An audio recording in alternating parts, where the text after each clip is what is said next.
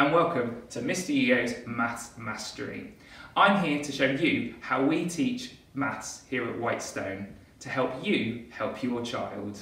Now we're going to look at adding and subtracting using the tens frame. We're going to start off though with the Numicon. We're looking at the calculation 8 add 5 equals 13. So we've got our 8 and we've got our 5, and all we do to start off with is show them that we're adding them together. And we might use our 10 to show them where the 10 is full. We've got our full 10 there, so they're starting to see that 8 add 5 actually is the same as 13.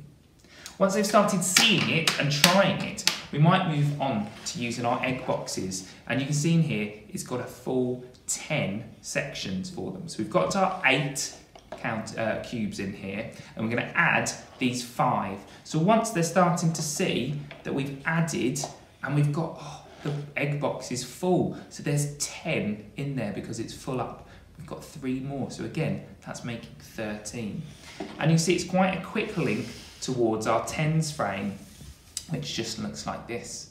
So we've got our 8, we've got our 5, and what we start doing is we get them to move them over to start seeing when the tens frame is full, they know that that's a 10. So we've got 10 and 3, so it's 13. Similarly, we then get them to have a little look at trying to move the 8 onto the 5. And they're starting to see that this is taking a lot longer for them to do. As they're moving each one across, they might make a mistake. But they're noticing it still makes the same answer, 13. But we're trying to get them to see for themselves why it's quicker to start with the greater number. So you can see already we found out the answer in lots of different ways, that 8 add 5 equals 13. What we also want them to see though is that 13 equals 8 add 5. We've moved that equals sign. And to help us with that, we sometimes look at the scales. So I've got the scales here, and I've got my 13 from earlier, and we're getting them to see, here's my 8, here's my 5, and then I put them in the other side, I should, hopefully, it meet the same or equals. And then all we do is we just move the boxes over.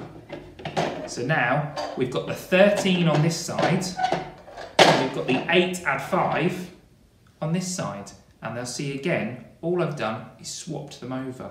And that helps them to see that 8 add 5 equals 13, and 13 equals 8 add 5. Once they've done some addition, we start looking at subtraction.